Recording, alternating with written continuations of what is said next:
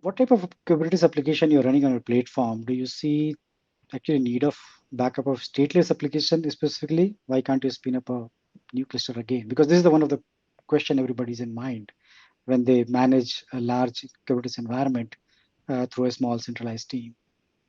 So it's funny you ask because I had the same thought that why do we need a backup solution, right? If Kubernetes is uh, giving us the solution that it is more robust, you can run it anywhere, you can run it on your laptop, you can run it on any cloud, right? Why do we need a backup solution? Why can't we just spin up another cluster? But when you dig deeper into this, right, you will know that it's not just the cluster that you are managing. There is this whole platform around the cluster that you need to take care of as well, right? So you have the cluster. Every application has a lot of different dependencies that they rely on. So there are config maps, secrets, CRDs that resides within the cluster. Plus, you also have databases and other applications, other VMs that you're talking to that are outside the cluster that you still have to take into account of, right, when you're doing the backups. So within Solera, we have a mix of .NET, PHP, and Java-based application. Majority are Java. We also have some Windows-based applications that we are running on Windows Kubernetes clusters with Tanzu.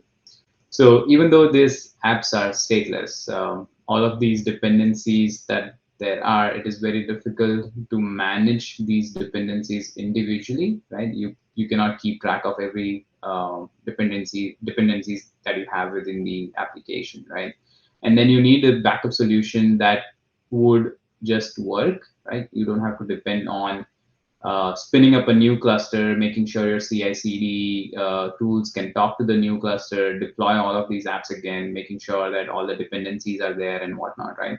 Versus doing a restore with Velero takes care of all of those within the cluster dependencies, right? So all the inter-cluster dependencies are taken care of. All the dependencies outside the cluster, obviously, you will have other traditional methods of backing them up using traditional VMware backup technologies.